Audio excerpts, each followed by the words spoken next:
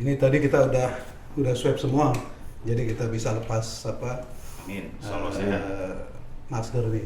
Mudah-mudahan kita sehat lah, dijauhi dari wabah Amin. COVID. Amin. Kemarin saya lihat kajiannya Mas Hendra ya kemarin tuh. Mungkin ini Mas Reza juga, Mas Irfan juga udah pernah baca juga.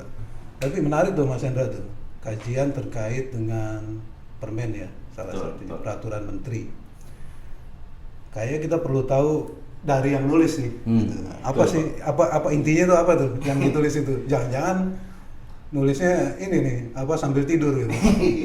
Apa Mas? Sambil menerawang gitu. Iya, menerawang. Tulisannya apa tuh? Pak Ali, yang saya tulis itu sebenarnya berangkat dari apa ya? Ya sebenarnya diskusi kita juga sih sebenarnya ya, dalam arti Itu di pantry ya? ya sering diskusi sama Mas Irfan, sama Mas Reza dan juga teman-teman gitu ya. Kayaknya peraturan menteri ini asik nih kalau misalnya saya angkat menjadi tulisan waktu saya mau sekolah S3 sebenarnya. Nah selain itu, Tar dulu nih, Siap. kok asiknya di mana itu? Tulis peraturan menteri iya atau betul. lembaga? Nah itu penting ya, pertanyaannya bagus tuh. Kenapa dibilang asik? Ya karena setiap kita kumpul itu, ya apalagi kan siapa Hendra dulu lama ya kerja di mana? Subdit penyusunan peraturan menteri lah ya waktu itu.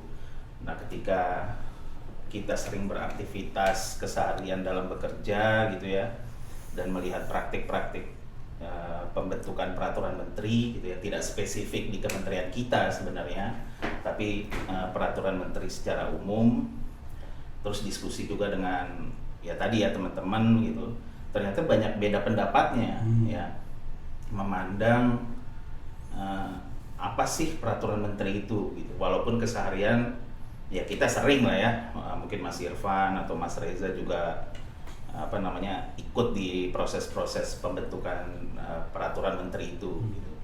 Nah karena banyak beda pendapat itu, akhirnya kayaknya menarik nih, asik itu dalam arti menarik kalau saya secara pribadi ya mungkin melihat peraturan menteri itu dari aspek yang lain gitu. Jadi selain dari aspek pembentuk yang sehari-hari bekerja, tapi sebagai mahasiswa yang mungkin bisa objektif melihat sebuah peraturan perundang-undangan, ya akhirnya saya beranikan waktu itu.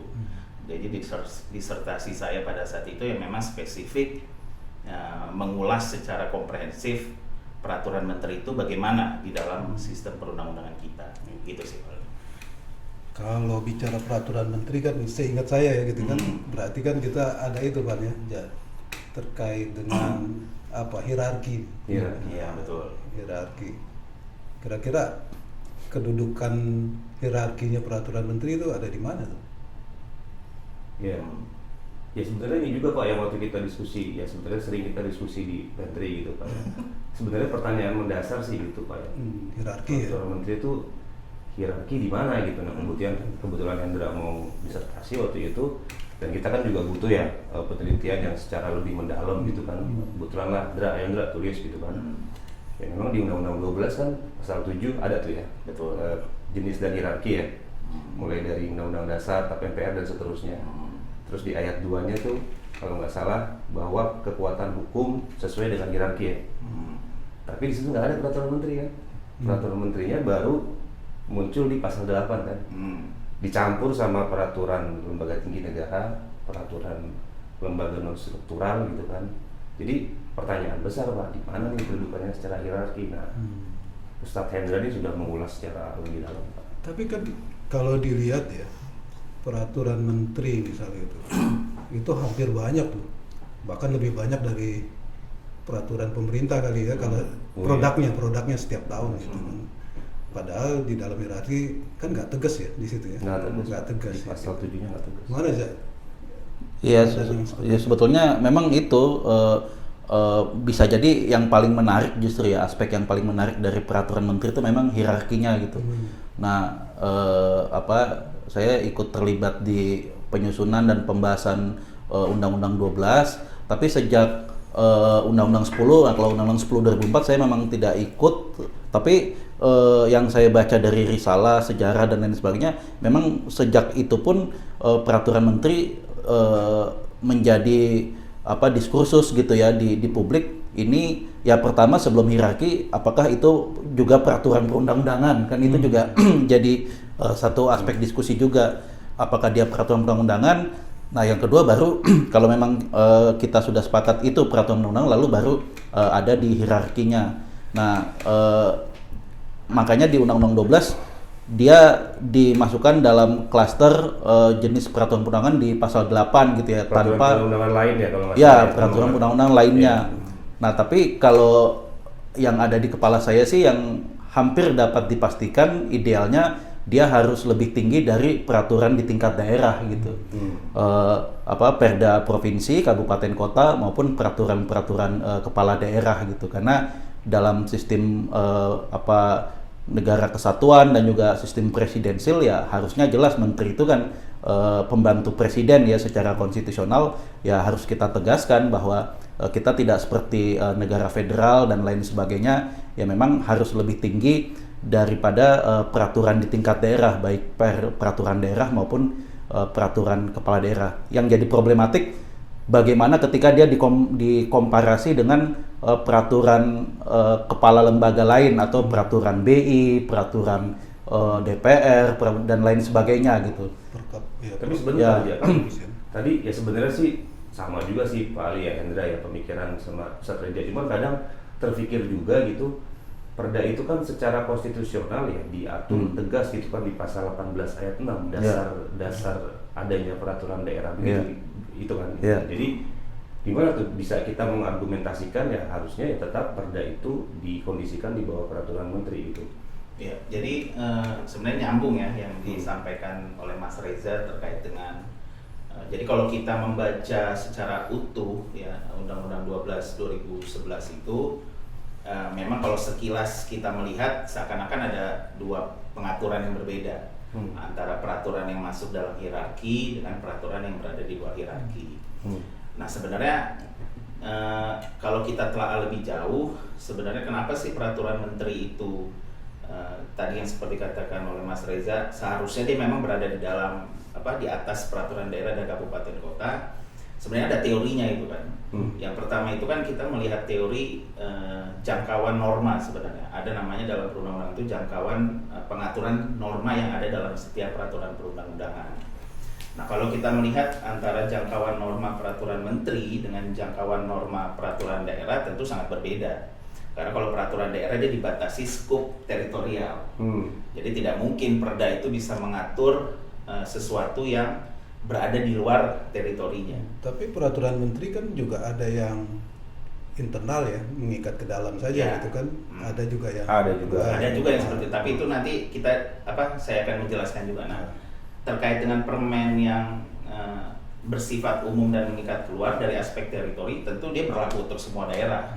Itu maka dari itu menjadi salah satu argumentasi mengapa cakupan skup norma permen itu jauh lebih luas dibandingkan dengan peraturan daerah. Jadi sebenarnya secara hierarki itu sudah terbaca, permen ada di atas peraturan daerah. Yang kedua sebenarnya jadi maksudnya jangkauan keberlakuannya kan secara nasional gitu. Betul, ya. Maka dia harus lebih tinggi. Betul. Nah yang kedua sebenarnya dari kedudukan pejabat pembentuknya gitu kan. Di Undang-Undang Dasar itu kan jelas ya pasal 17 ayat 1 itu bahwa menteri adalah pembantu presiden ya di dalam konstitusi. Nah, sedangkan kepala daerah itu kan adalah sebenarnya kepanjangan tangan dari pemerintah pusat gitu. Nah, artinya secara kedudukan sebagai pejabat pembentuk pun sudah terlihat bahwa menteri itu adalah pejabat eksekutif yang berada langsung di bawah presiden sebenarnya, sehingga itu yang membuat kewenangan menteri untuk mengatur hal-hal yang bersifat nasional itu sebenarnya adalah atributif dari kewenangan presiden sebagaimana ada di dalam konstitusi. Nah itu sebenarnya kalau kita mau membacanya secara utuh seperti itu, mengapa peraturan menteri itu seharusnya secara kedudukan itu bisa kita pastikan itu harusnya berada di bawah peraturan presiden dan ada di atas peraturan daerah. Nah mengenai kewenangan memang menarik ya, karena kalau di dalam konstitusi perda itu kan memang dari konstitusi langsung ya, pasal 18 ayat 6 kalau saya tidak salah. Nah yang menjadi polemik sekarang itu adalah sebenarnya Undang-Undang 12 tahun 2011 sendiri kalau menurut saya ya, yang ada sedikit perbedaan pengaturan dari Undang-Undang 10 tahun 2004. Di mana di dalam Undang-Undang 12 itu ada peraturan menteri juga bisa dibentuk berdasarkan kewenangan gitu. Nah, sebenarnya kewenangan itu apakah sama kewenangan yang secara atributif diberikan berdasarkan konstitusi gitu. Nah, kalau menurut saya seharusnya berbeda gitu, karena peraturan menteri itu kan sebagai peraturan pelaksanaan ya. Nah, artinya kewenangan menteri membuat aturan itu ya berdasarkan pelimpahan, karena dia ada delegasi gitu. Nah, maka dari itu ketika peraturan menteri itu benar-benar menjalankan konsep hierarki yang ada di dalam sistem perundang-undangan kita, maka tidak akan ada tuh perdebatan antara perda yang dibentuk berdasarkan kewenangan dengan peraturan menteri yang secara atributif kewenangannya tidak ada di dalam konstitusi. Mungkin itu sih sebenarnya yang selalu menjadi polemik. Jadi maksudnya yang peraturan menteri kan itu ya dibentuk berdasarkan pendelegasian ya, atau perintah peraturan yang lebih tinggi, atau juga bisa berdasarkan kewenangan gitu. Jadi walaupun nggak ada delegasi undang-undang, PP atau Perpres, bisa juga tuh peraturan menteri lahir gitu kan. Itu harusnya nggak ada. Kalau dalam kajian yang saya kerjakan dan saya buat dalam kuliah S3 mengenai peraturan menteri itu, ya saya menganggap secara teori itu tidak ada sebenarnya peraturan menteri itu yang dibentuk berdasarkan kewenangan. Karena dengan konsep delegasi itu kan, kalau secara teori kan delegasi itu kan sebenarnya bisa dua kan. Ada delegasi tegas dan ada delegasi tidak tegas sebenarnya. Jadi sebenarnya kalau peraturan menteri mau dibuat pun tetap harus kita melihat cantolan hukumnya dulu. Adakah ketentuan peraturan perundang-undangan di atasnya yang memang mengatur norma tersebut sehingga membutuhkan peraturan pelaksanaan dari peraturan perundang-undangan yang lebih tinggi itu. Tapi kalau tidak ada sama sekali undang-undangnya tidak ada, kemudian di PP-nya juga tidak ada norma yang mengatur, di Perpres tidak ada, lalu bahasa santainya mungkin ujuk-ujuk ya, ujuk-ujuk keluar peraturan menteri gitu. Nah itu yang menurut logika hukum saya pada saat meneliti peraturan menteri itu agak tidak lazim ya ada peraturan perundang-undangan yang seperti itu, karena sekelas peraturan pemerintah saja ya itu adalah dalam rangka melaksanakan undang-undang sebagaimana mestinya. Itu sekelas peraturan pemerintah, artinya PP yang didelegasikan tegas maupun tidak tegas tetap harus mencari validitas normanya kan dari peraturan perundang-undangan yang lebih tinggi. Lah kok bisa ada peraturan menteri yang misalnya tidak ada validitas norma dari peraturan perundang-undangan yang lebih tinggi, tahu-tahu lahir sebuah peraturan perundang-undangan yang bisa mengikat masyarakat, kemudian mengatur hak dan kewajiban. Nah itu kalau menurut saya agak tanda kutip berbahaya ya dalam tertib hukum kita. Tapi kan gini ya, ada pemikiran juga bahwa kalau peraturan perundang-undangan secara hierarki misalnya tadi karena ada PP kan ada delegasi, ada mengatur kewenangan di situ. Tapi kadang-kadang PP juga nggak tegas gitu, ya, artinya banyak yang harus dirinci lagi di bawahnya. Itulah alasan kenapa akhirnya timbul masih butuh peraturan menteri untuk apa namanya di lapangan bisa berjalan kan gitu ya. Supaya nggak terjadi kekosongan hukum juga. Jadi yang ngisi juga gitu ya. Itu gimana? Kalau di sudut pandang itu sebagian masyarakat ini masih perlu dong untuk untuk tadi ya mengisi hal-hal yang sifatnya aplikatif di bawah misalnya gitu kan.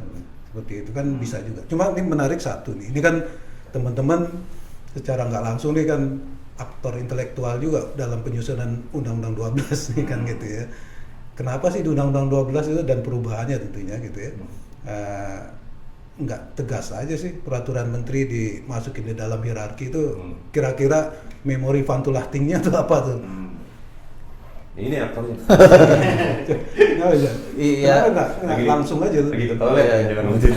Ya sebetulnya kan pastinya kan alasan paling utamanya kan karena peraturan perundang-undangan sebagaimana produk hukum kan itu kan produk politik ya.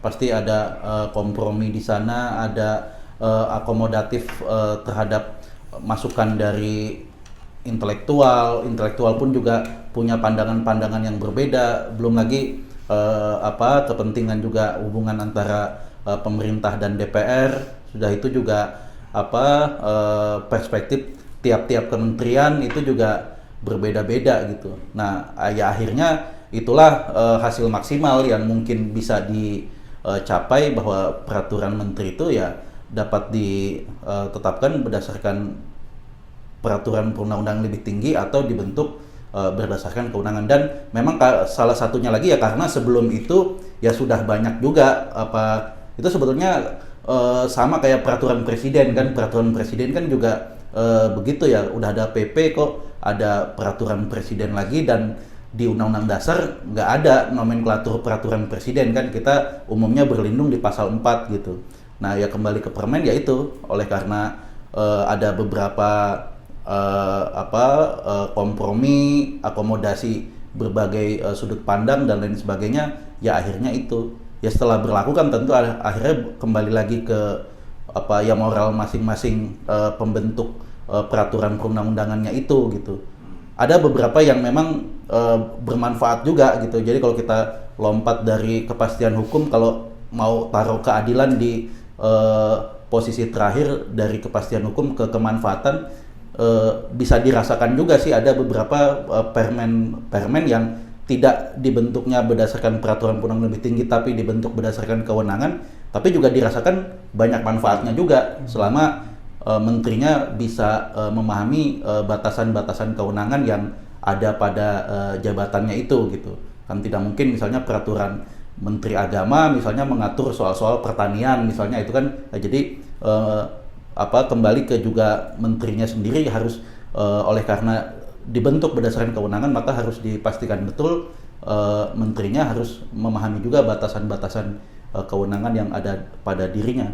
Masukan dari para supporting staffnya ya tentu harus kuat untuk soal itu. Itu paling. Ya kadang gini, kekhawatiran masyarakat awam kan ya, paling tidak gini, karena dibentuk berdasarkan kewenangan tadi, walaupun dalam bidang tugasnya gitu ya. Yang dikhawatirkan kan nanti membuat kewenangan-kewenangan yang sifatnya mengikat masyarakat. Betul. Dan hal-hal yang seperti itu yang dikhawatirkan gitu. Nah, dari pandangan tadi kajiannya Hendra tuh ada ditulis terkait itu? Ada. Nah, itu gimana tuh? Ya, makanya dalam kajian di disertasi Hendra itu Pak Ali, sebenarnya apa sih makna dibentuk berdasarkan kewenangan itu kan? Nah ternyata kalau secara normatif sebenarnya makna berdasarkan kewenangan itu ada sebenarnya di dalam penjelasan pasal 8 ayat 2. Walaupun normanya umum sekali gitu, bahwa dalam rangka penyelenggaraan urusan tertentu di bidang pemerintahan gitu. Apa sih urusan tertentu di bidang pemerintahan itu? Ya sebenarnya dalam kajian Hendra itu mengatakan bahwa urusan tertentu adalah sebenarnya urusan yang memang menjadi domain kementerian itu saja gitu. Yang memang skupnya hanya skup yang dibatasi kewenangan itu. Mungkin kalau kementerian itu kan selalu ada istilahnya Pak Ali, perpres pembentukannya lah ya. Nah harusnya dia tidak keluar dari itu sebenarnya. Itu yang pertama. Terus yang kedua, jangan lupa di dalam Undang-Undang 12 itu ada di dalam butir 211 lampiran 2 Undang-Undang 12 itu mengatakan bahwa pendelegasian mengatur kepada menteri atau pimpinan lembaga pemerintah non kementerian atau kepala lembaga lainnya itu hanya dibatasi untuk materi muatan yang bersifat teknis administratif sebenarnya. Nah artinya selain dia hanya menjadi domain urusan tertentu, tapi jangan lupa harus dibaca juga butir 211-nya itu hanya sebatas yang bersifat teknis administratif itu gitu. Nah jadi sebenarnya membaca berdasarkan kewenangan itu bukan berarti sewenang-wenang gitu, tetapi ada batasan-batasan yang sebenarnya juga diberikan di dalam Undang-Undang 12 tahun 2011. Nah kemudian dari pendekatan histori ya sebenarnya, dari kajian saya kan menggunakan juga pendekatan histori ya dalam meneliti, dan saya menggunakan bahan dasarnya dari risalah pembahasan Undang-Undang 12. Ya sebenarnya berdasarkan kewenangan itu dulu pernah ditulis adalah berdasarkan kewenangan yang diberikan berdasarkan peraturan perundang-undangan pada saat itu. Nah nampaknya frasa itu hilang tuh, dibentuk berdasarkan kewenangan yang diberikan oleh peraturan perundang-undangan itu, delegasi frasanya hilang gitu. Nah, padahal itu sebenarnya kalau saya menangkap ya seperti yang Pak Ali bilang, itu sebenarnya menegaskan bahwa peraturan menteri itu adalah peraturan pelaksanaan atau peraturan delegasi yang dia memang diperintahkan secara tegas dari peraturan perundang-undangan yang lebih tinggi, ya atau dia memang kebutuhan untuk melaksanakan ketentuan peraturan perundang-undangan yang lebih tinggi, yang artinya tidak didelegasikan secara tegas gitu. Nah, tapi karena frasa itu hilang dan juga tidak dimasukkan di dalam penjelasan dan juga tidak dimasukkan di dalam norma, hanya bunyinya Di Undang-Undang 10 dulu ada ya?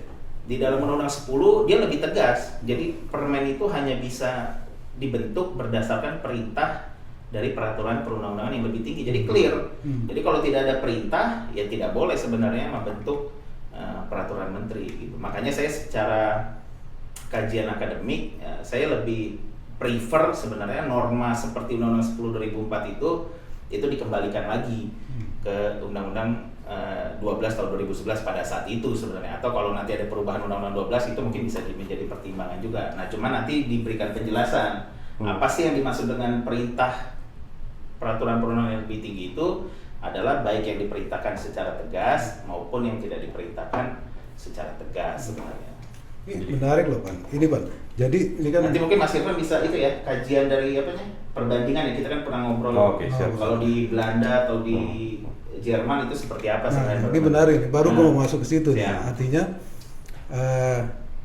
kita kan nih, Irfan juga pernah pernah belajar nih di Jerman, di Belanda. Sebetulnya kalau kan kita arahnya ke sana juga kan, ada civil law ya.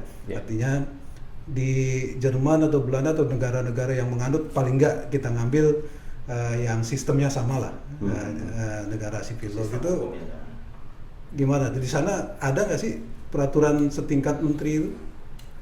Ada sih Pak, ada, tapi memang sangat dibatasi Pak. Jadi mungkin saya compare ke Belanda dulu Pak ya. Belanda yang lebih, sebenarnya Belanda ini praktek yang berjalan di Belanda ini cenderung sama nih dengan kesimpulan yang tadi Hendra sampaikan nih di penelitiannya. Jadi memang mereka sangat menjaga prinsip negara hukum itu Pak. Jadi ya menurut mereka hukum itu ya undang-undang gitu.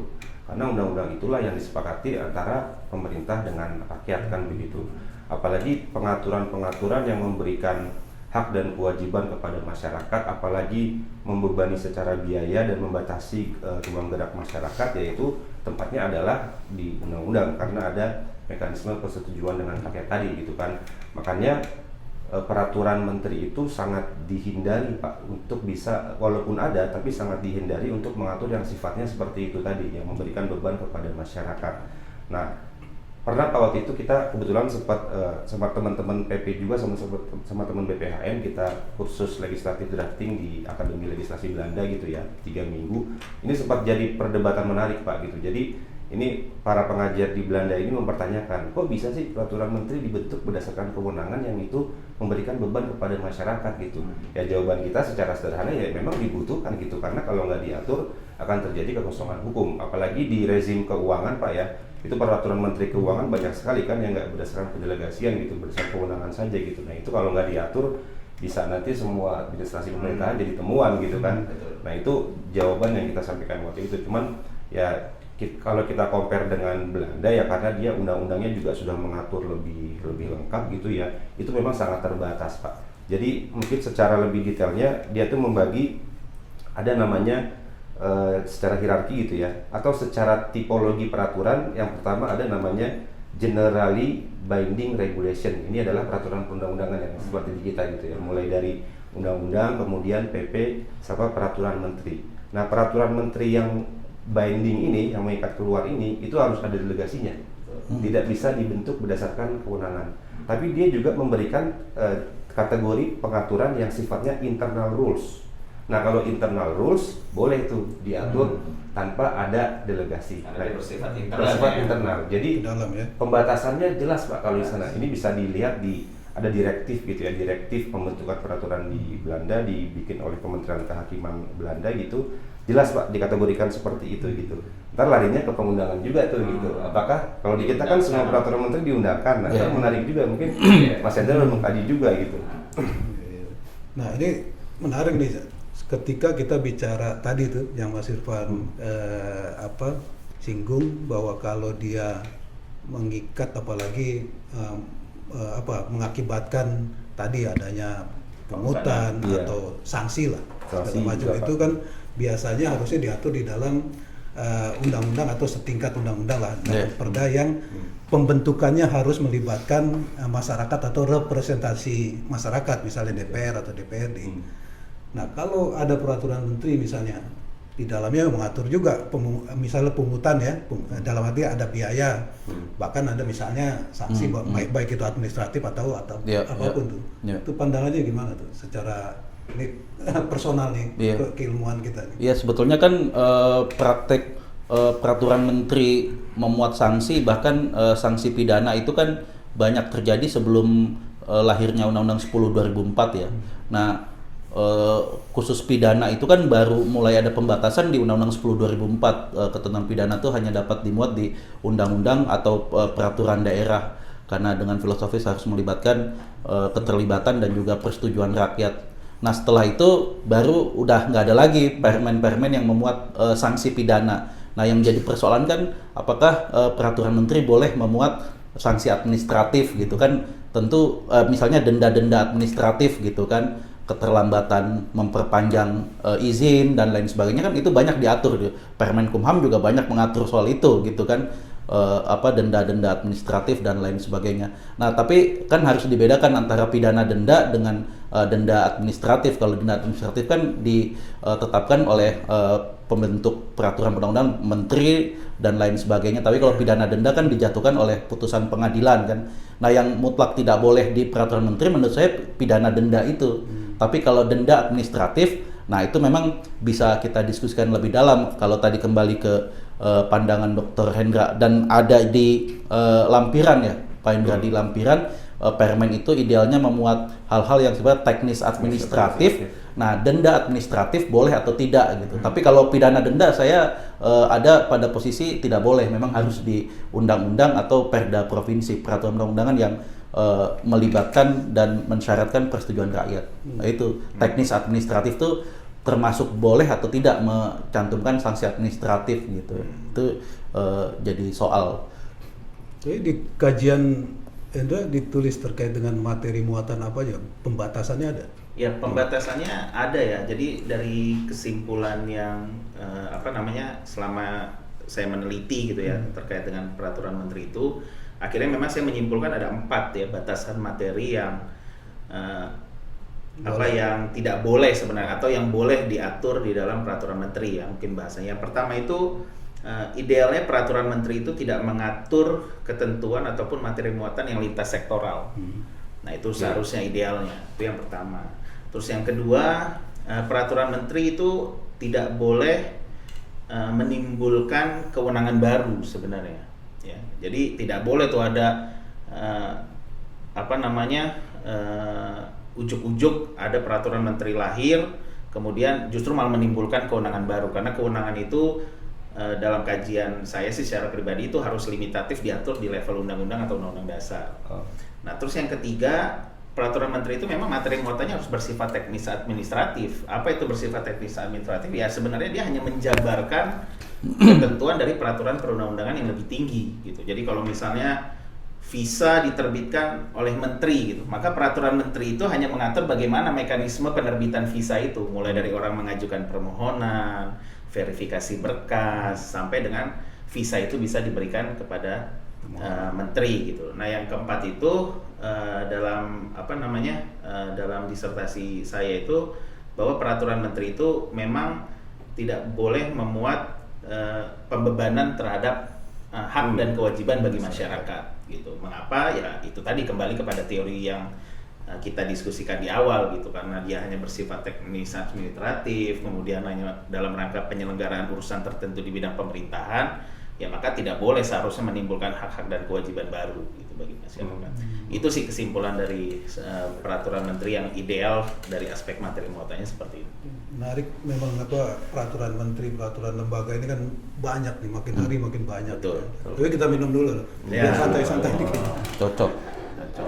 Nah, ini emang perlu kajian-kajian ini, walaupun ini omongan kita nih sebatas obrolan kajian santai pribadi, ya. Pribadi personal, yang mudah-mudahan bisa juga dijadikan satu Betul. patokan bagi teman-teman yang menulis ataupun mau meneruskan ini nih, dikaji lagi dari berbagai sisi lah gitu ya. Nah, ini menarik. Nah, Tadi menarik loh Pak, yang gue minum dulu. Ini dulu Pak. Menarik tadi kajian di beberapa negara misalnya gitu ya. Apakah kalau di kita kan jelas tuh hierarki itu diatur di dalam Undang-Undang 12 gitu. Kan beberapa negara juga nggak ngatur itu ya. Bahkan kalau nggak salah nih saya dengar cuma di kita doang yang diatur secara tegas di dalam satu pasal gitu. Mohon koreksi kalau ada tadi. Nah kalau di negara lain kira-kira perbandingan gitu ya, hierarkinya peraturan menteri itu pernah ada nggak ditegaskan gitu, entah itu bentuknya hierarki atau apapun ya gitu, bahwa peraturan menteri itu setara dengan apa gitu, atau di bawah peraturan apa, kalau di kita peraturan presiden misal gitu ya, seperti itu ada nggak seperti itu? Kalau di tadi contohnya Belanda lagi Pak misalnya Pak, di Belanda itu juga nggak ada Pak penegasan jenis dan hierarki, kemudian kedudukannya dalam suatu norma hukum positif gitu nggak ada Pak. Dia adanya bahkan di direktif Pak ya, direktif legislasi itu yang dipublikasi oleh Kementerian Kehakiman Belanda. Itu sebenarnya kayak cuman kalau di kita ya peraturan kebijakan aja gitu untuk menyamakan persepsi gitu. Jadi dan dia dipatuhi bukan karena mengikatnya, tapi karena memang ya diakui secara keilmuan, kemudian secara praktek juga dapat diterima, yang memang itulah hierarki gitu. Jadi tadi ada generally binding regulation itu mulai dari undang-undang, kemudian bahkan perjanjian internasional di atas undang-undang Pak. Jadi undang-undang dasar, kemudian perjanjian internasional, undang-undang. Setelah itu ada di Belanda tuh istilahnya tuh by order in council kalau nggak salah peraturan pemerintahnya, kemudian ada by ministerial order. Nah, itu peraturan menterinya di bawah peraturan pemerintah, langsung peraturan menteri Pak. Sama sebenarnya ya, peraturan tingkat daerah itu adanya di bawah peraturan menteri, tapi itu bukan di undang-undang atau di hukum positif gitu Pak ya, itu memang hanya di direktif. Begitupun di Jerman juga, di Jerman itu ada di sebenarnya di konstitusinya disebut jenis peraturan, tetapi nggak disebut kedudukan dan hierarkinya gitu. Kemudian bagaimana peraturan itu dibentuk juga nggak ada kayak kita undang-undang 12, dia namanya ada Gemeinschaft Gesellschaftsordnung gitu nama istilah Jermannya. Itu kayak peraturan tentang koordinasi antar lembaga Pak. Salah satunya adalah koordinasi dalam membentuk peraturan begitu. Nah itu di Jerman juga seperti itu. Kemudian yang civil law lagi misalnya di Jepang juga setahu saya, nggak tahu nih Ustaz Reza mungkin juga pernah belajar gitu, nggak juga di Jepang juga nggak juga seperti itu kalau nggak salah. Jadi memang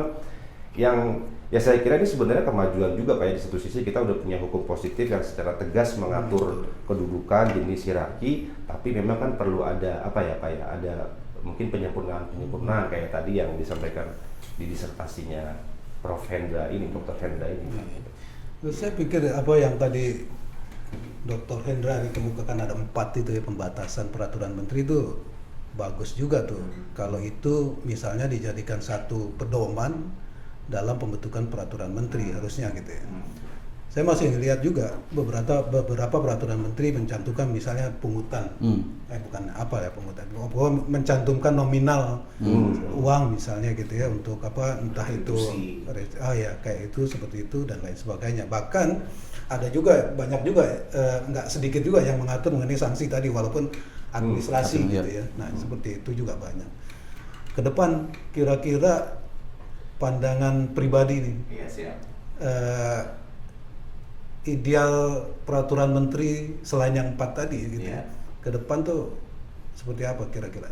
Ya sebenarnya banyak hal ya, mungkin nanti Mas Irfan dan juga Mas Reza bisa menambahkan. Jadi sebenarnya banyak hal ya yang harus diperbaiki mungkin ya, kalau kita nanti mungkin ada kesempatan untuk bisa mengubah Undang-Undang 12 tahun 2011 sebagaimana telah diubah dengan Undang-Undang 15 itu ya.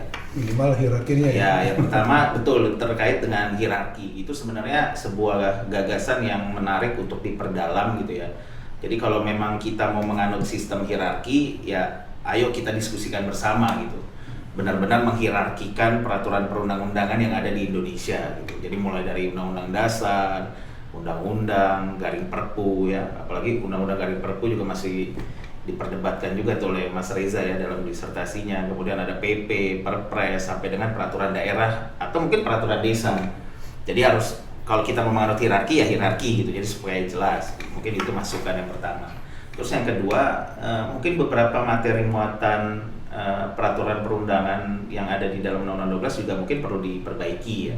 Khususnya karena saya concern dan kita diskusi mengenai permen. Permen itu termasuk jenis peraturan perundang-undangan yang pertumbuhannya sangat pesat saat ini, tetapi substansi pengaturannya di dalam undang-undang termasuk yang paling sedikit. Gitu. Jadi kalau kita melihat di Undang-Undang 12 itu peraturan menteri itu paling kita hanya bisa temukan kalau di dalam batang tubuhnya mungkin hanya ada 1, 2, 3 pasal gitu ya, di lampiran pun juga paling hanya ada 2 sampai 3 gitu ya. Artinya masih sangat minim gitu. Nah, itu yang perlu pendalaman lagi. Padahal secara kuantitas dia paling banyak. Iya, padahal secara kuantitas saat ini mungkin peraturan menteri termasuk yang pesat ya pertumbuhannya di Bukan peraturan menteri aja, peraturan lembaga juga kan. Ya, itu yang paling belum banyak juga. diskusi mengenai peraturan lembaga gitu. Nah, yang ketiga mungkin peraturan menteri itu mungkin juga ke depan harus kita bedakan ya, karena kan genusnya itu kan sebenarnya menteri itu genusnya kebijakannya itu kan dalam bentuk keputusan. Nah, keputusan yang bisa dikeluarkan oleh menteri itu ada 3 bentuk kan, ada regeling, ya kan, ada basicing, dan yang ketiga ada peraturan kebijakan itu atau biasa kita sebut pseudo weight giving lah. Nah, itu mungkin di dalam sistem hukum kita juga kita harus bisa membedakan itu, mana yang masuk dalam ranah regeling, mana yang masuk dalam ranah basicing, dan mana yang masuk menjadi ranah peraturan kebijakan. Nah, kalau kita sudah bisa membedakan ketiga hal ini, nanti diskusinya adalah terusannya, bentuk-bentuknya. Gitu. Karena nomenklatur yang kita pahami sekarang itu kan pokoknya peraturan menteri adalah peraturan perundang-undangan. Padahal secara teori, peraturan menteri itu juga ada 2. Ada peraturan menteri yang bersifat intern, ada peraturan menteri yang bersifat ekstern. Nah, harusnya kan yang masuk domain atau kelompok peraturan perundang-undangan itu yang hanya bersifat ekstern. Kalau yang bersifat intern kan seharusnya bukan dikategorikan sebagai peraturan menteri yang ngatur ya, walaupun dia ngatur juga. Iya, walaupun dia mengatur, tapi kan sifatnya intern. Seperti misalnya pengaturan mengenai pakaian dinas lah, kan gitu. Hampir di semua kementerian pasti punya itu. Nah, kan diskusinya apa? Iya, peraturan menteri mengenai pakaian dinas itu harus diundangkan. Kemudian harus melalui proses pembentukan layaknya pembentukan peraturan perundang-undangan. Gitu. Kalau ada masalah lalu bisa diuji ke Mahkamah Agung. Nah, terus kalau ada masalah, muaranya harus dibawa ke Mahkamah Agung karena dia masuk dalam kategori peraturan perundang-undangan. Nah, itu kan harus didiskusikan. Nah, tapi kalau peraturan menteri yang memang bersifat ekstern, apalagi dia perintah dari peraturan perundang lebih tinggi, ya itu memang harus ketat. Ya, selain harus melalui prosedur yang ketat, kemudian batasan materi muatannya seperti yang tadi saya katakan, kalau memang itu bisa menjadi parameter penting lahirnya peraturan menteri kan gitu. Nah, yang terakhir mungkin evaluasi terhadap jenis-jenis peraturan perundang-undangan yang ada di dalam pasal 8 ayat 1 gitu. Karena betul tadi yang Mas Irfan sampaikan, karena peraturan menteri itu kan sekarang disetarakan dengan peraturan yang ada di lembaga eksekutif, disetarakan juga dengan peraturan yang ada di lembaga legislatif, yudikatif, sampai dengan peraturan yang ada di lingkungan daerah, mulai sampai kepala daerah sampai perdes gitu. Nah, padahal karakteristik peraturan perundang-undangan yang ada di dalam pasal 8 ayat 1 itu, wah, itu kalau kita bedah satu-satu menarik juga tuh, karena ada yang bersifat intern, ada yang bersifat ekstern, ada yang mungkin itu peraturan kebijakan mungkin ya, kalau mungkin kita teliti lebih dalam gitu. Mungkin itu sih Pak. Menarik juga sih ya, dari kelanjutannya. Betul. Eksistensinya peraturan menteri juga banyak kajian juga yang bisa juga digali lagi tuh. Ya, mudah-mudahan teman-teman juga ada juga yang meneruskan itu ya. Jadi kalau kita lihat di lapangan kan ya, ini kita tadi bicara peraturan menteri secara diri sendiri. Tapi di lapangan itu ada peraturan menteri bersama nih. Ada 2 sampai 3 menteri atau menteri dengan ketua atau kepala lembaga kan. Ini lain lagi nih. Nah, yang tadi kan kajian kita kan berlakunya keluar spesifik. Ya kan, terus keluar atau internal eksternal gitu. Lah, ini peraturan yang bukannya eksternal lagi tapi 2 lembaga, 2 kementerian atau 2 lembaga, antara kementerian dengan lembaga bisa saja gitu. Itu gimana ya? Ada di kajian juga? Enggak? Ya, kalau di kajian secara mendalam nggak ada ya, karena memang tidak membahas itu yang pertama. Tetapi sebagai contoh-contoh kasus itu termasuk yang saya tulis juga gitu Bu. Jadi selain ada peraturan menteri, ada juga peraturan menteri bersama lah, atau peraturan bersama menteri. Itu juga kadang kita berdebat juga peraturan menteri bersama atau peraturan bersama menteri kan gitu. Tapi kalau secara mungkin teorinya lah ya, mungkin sederhana, dan mungkin nanti Mas Reza, Mas Irfan bisa nambahkan. Kalau saya sih secara pribadi dan secara keilmuan mungkin bisa mengatakan bahwa peraturan bersama menteri itu ya bukan jenis peraturan perundang-undangan gitu. Karena mengapa? Ya konsep undang-undang kementerian itu kan sebenarnya sudah membagi habis kan kewenangan-kewenangan kementerian dan lembaga beserta nomenklaturnya sebenarnya. Apalagi ada juga perpres setiap kementerian yang juga sudah membagi habis setiap kewenangan kementerian itu. Jadi kalau ada kewenangan yang bisa dilaksanakan oleh dua kementerian, sebenarnya dari logika hukumnya aja sebenarnya agak sedikit aneh ya. Kok ada satu kewenangan yang harus dilakukan oleh dua kementerian sehingga membutuhkan yang namanya peraturan menteri bersama gitu. Nah, kalau memang ada kewenangan yang harus dilaksanakan bersama, ya sebaiknya memang ditingkatkan saja menjadi peraturan presiden gitu. Jadi biarkan presiden yang mengatur, ya kan, ini menjadi kewenangan siapa, baru nanti secara teknis kalau ada kebutuhan pengaturan yang lebih teknis administratif baru keluarkan peraturan menterinya gitu. Itu nyambung sama yang tadi Dr. Hendra sampaikan, bahwa kan karakter dari peraturan menteri kan dia harus mengatur sektornya sendiri gitu kan ya. Jadi ya masuk akal sih Pak. Apa itu ya? Apa karena tadi itu ada kewenangan dari menteri ini bersinggungan dengan kewenangan menteri ini, akhirnya dibentuk peraturan bersama gitu. Iya, memang kan akhirnya persoalannya adalah ketika persoalan atau urusan yang mau diatur itu urusan-urusan yang sifatnya lintas sektor gitu kan, cuti bersama misalnya gitu kan, cuti bersama untuk tahun ini ada Menpan RB untuk ASN gitu kan, ada Menteri Tenaga Kerja untuk dunia swasta, buruh dan lain sebagainya, ada Menteri Agama karena dia harus juga mempertimbangkan, menghitung kapan hari-hari besar keagamaan dan lain sebagainya. Nah, kalau saya ya melihatnya hal-hal yang seperti itu ya harusnya itu menjadi kewenangan presiden gitu. Nah, cuma ya tadi diskusi soal mana-mana peraturan yang memang itu nantinya peraturan perundang-undangan, mana yang itu peraturan kebijakan gitu. Jangan-jangan malah itu idealnya dibentuknya dengan Kepres sebetulnya gitu kan. Jadi bukan peraturan perundang-undangan, karena peraturan perundang-undangan itu kan dia harus berlaku terus-menerus kan. Sedangkan Kepres itu sekali selesai, ya memang untuk tahun ini saja cuti bersama tuh polanya seperti ini misalnya. Nah, tahun depan kan boleh saja ada Kepres baru tentang cuti bersama, ya lain lagi keperluannya. Mungkin Idul Fitri bergeser misalnya kan, dan lain sebagainya gitu.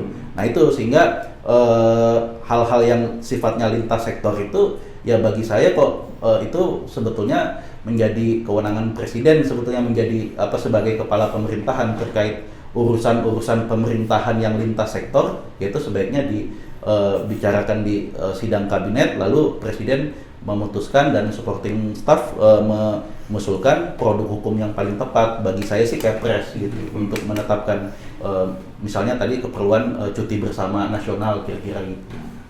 Betul. Kalau ini di praktek kita ya, berarti di kementerian itu kan karena undang-undang 12 juga ya, dengan apa yang termasuk perubahannya itu kan mewajibkan ya untuk harmonisasi peraturan menteri kan, kalau nggak salah. Ya, koreksi kalau salah.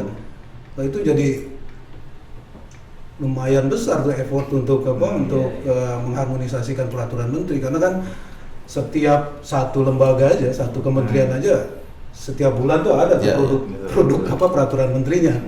Kalau sekian puluh lembaga kementerian ya lumayan juga, gimana, dan praktek banyaknya. Saya boleh mendahului nggak kalau soal itu? Sebetulnya menjadi tidak berat kalau kita bisa memahami dan konsisten mana-mana yang tadi Pak Dr. Hendra sebutkan, peraturan perundang-undangan, mana yang peraturan kebijakan, sehingga yang seharusnya diharmonisasikan harusnya memang peraturan-peraturan menteri yang memang dia layak menjadi sebuah peraturan perundang-undangan. Nah, kita ini kan persoalannya kadang-kadang kalau tidak diatur dalam sebuah peraturan perundang-undangan seolah-olah tidak kuat atau takut tidak dipatuhi misalnya. Nah, sehingga peraturan-peraturan yang akan dibuat menteri yang pada esensinya itu peraturan kebijakan, mohon maaf dalam tanda kutip dipaksakan menjadi ini harus dimaknai sebagai peraturan perundang-undangan, sehingga jadi jumlahnya jadi banyak gitu. Dan harus Ya, diundangkan lagi. Nah, harus diundangkan. Nah, itu mungkin yang jadi soal. Betul. Kalau saya sih Pak, sebenarnya saya tuh kenapa dari tadi mencontohkan Belanda Pak ya, karena ya nggak tahu kenapa saya sangat sepemikiran Pak ya dengan praktek yang di Belanda sebagai best practice gitu Pak ya. Jadi pembagiannya tuh jelas Pak, ada generally binding regulation, itulah yang dinamakan peraturan perundang-undangan yang mengikat umum, sekalipun itu di level menteri gitu ya. Kemudian ada internal rules, dia pakai kata rules ya, jadi rules itu kan peraturan internal, tetap namanya peraturan, formatnya juga mengikuti peraturan perundang-undangan, tapi hanya keberlakuannya internal. Nah yang terakhir ini ada namanya policy rules, tadi internal regulation, maksudnya internal regulation peraturan gitu ya. Nah yang terakhir adalah policy rules, jadi dia nggak sebut lagi peraturan, tapi dia sebutnya terjemahannya aturan gitu ya.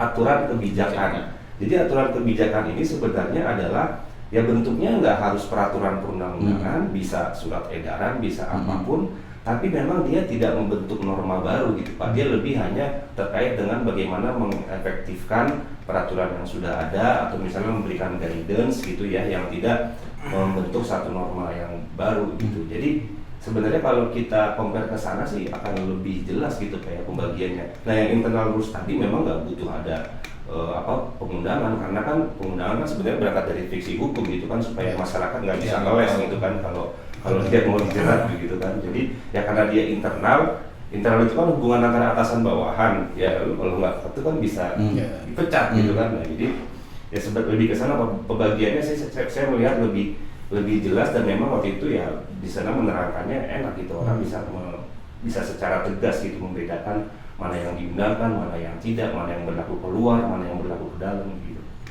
Ya, memang menarik nih kajiannya ternyata Mas Hendra nih, Siap. Pak Dr. Hendra gitu ya. Dr. Hendra. Akhirnya Alhamdulillah.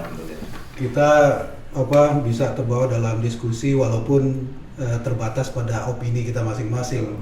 Nah, mudah-mudahan diskusi pantry ini bisa jadi dorongan bagi teman-teman juga mendiskusikan beberapa hal yang terkait khususnya dengan materi-materi peraturan perundang-undangan, hukum kita. Tapi kajian-kajian ini terus ada gitu, dan mudah-mudahan di lain waktu kita bisa diskusi lagi nih terkait dengan permasalahan hukum, kemudian permasalahan substansi peraturan perundang-undangan, agar bisa menjadi satu kajian pembelajaran kita bersama gitu.